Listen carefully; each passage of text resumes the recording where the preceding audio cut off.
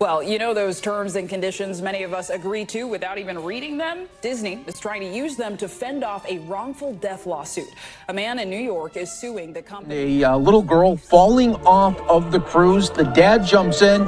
They were rescued. I understand that we've made mistakes and the pain that those mistakes have caused. And I know that our silence wasn't just about the bill in Florida, but about every time an individual or institution.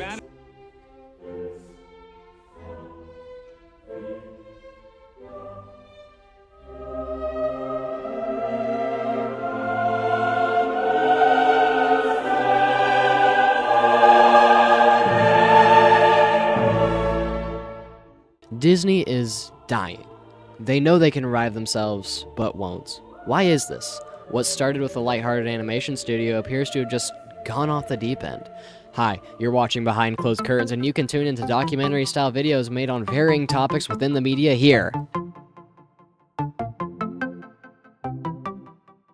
Many kids grew up watching tons of media produced by Disney. Today, we'll be discussing all of it and how it's fallen apart, starting with the Walt Disney originals. Disney used hand-drawn animations until the mid-90s, where they partnered with Pixar to create classics such as Toy Story, A Bug's Life, and Monsters, Inc. But during the hand animation time, there were many movies people hold near and dear to their heart. Many people say that Disney was better during this time. As to if that's true or not, that's up to you to decide. The 3D computer animation isn't a bad way to go with movies, but it's a long process, and it must be done perfectly. 3D animated Disney movies were always taken very well by the public. According to a 2023 Reddit post, it is cited multiple times that Encanto 2021 was Disney's last good film, as well as Zootopia 2016, Inside Out 2015, and many others. Want to know what Disney film was made directly after Encanto? Diary of a Wimpy Kid. I personally did not like this movie, but many people did, and I see why. The film received a 3.0 out of 10 on Common Sense Media and a 5.1 out of 10 on IMDb. With many movies at this point being released directly to streaming platforms and skipping theater runs altogether, we run into our next issue. Disney Plus is a streaming service made by Disney that was launched on November 12, 2019. Almost immediately, they fell under controversy for filming the live-action remake of the Disney classic Mulan.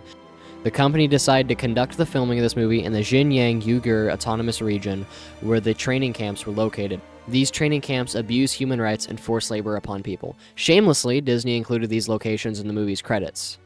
Disney Plus doesn't only get criticism for filming locations on cultural differences. Removing content from the platform has been a constant issue many people reflect on harshly, with over 200 titles being removed from the platform in the UK. The company has met with constant backlash from this issue, but it's not the only thing met with severe backlash.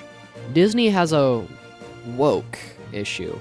In the past, the company set the scene to cater towards those with more conservative beliefs, but in recent times they appear to have shifted their target audience with productions such as Elio, Onward, Turning Red, and Luca, all receiving feedback relating to LGBTQ+ inclusion, which by no means is a bad thing. However, it can be overdone. Due to these movies all profiting very little or not at all, it's no surprise to see Disney remove the transgender storyline originally meant for the series Win or Lose, which was met with much backlash, such as this 2024 Reddit thread. When it comes to animated content for a younger audience, we recognize that many parents would prefer to discuss certain subjects with their children on their own terms and timeline. This comment states, "What a bullshit excuse. Parents won't discuss these topics unless it becomes relevant to their kids' lives, like if there is a queer person in their class or a queer character in the show they watch. Removing queer characters from media actively shuts down any potential conversation about the topic a parent might actually have with their kid. Combine that with the fact that support for queer kids in schools is going down, this sucks." Outside of the political world, Disney is suffering financially as well. Many movies have not even broken even with profit. Snow White, Lightyear, Onward, and more, these movies have all made less money than their budget. Aside from budget, Disney's stock price has been on a steady downhill decline for the past 5 years. Part of this could be due to COVID-19 complicating some of the financial trades, including the movie industry. Last but not least, the silent death of Disney World. Earning itself an entire Wikipedia page related to incidents, Disney World has been on the decline for a long time. These incidents range from freak accidents or events directly influenced by the ride manager's negligence. But the most popular incident was when Jeffrey Piccolo filed a lawsuit after his wife, Dr. Kanokporn Tongsan, passed away due to a fatal allergic reaction caused from a Disney World restaurant. When Jeffrey attempted to sue the company, they argued that the terms of service his family agreed with upon signing up for their Disney Plus subscription exempts Disney from any lawsuit filed by that customer. These terms of service read as follows. Any disputes between you and us, except disputes resolved in small claims court or relating to the ownership or enforcement of intellectual property rights, are subject to a class action waiver and must be resolved by individual binding arbitration. Please read the arbitration provision, section 8 below, as it affects your rights under this contract. In short, disputes between Disney and a customer state that under the conditions of subscribing to the service, they cannot be sued via a proper court case, nor can individuals join together to sue as a group. This has not been changed since the incident, even after it was thrown out and Disney gave in to the demands. It still stands to this day within the terms of service.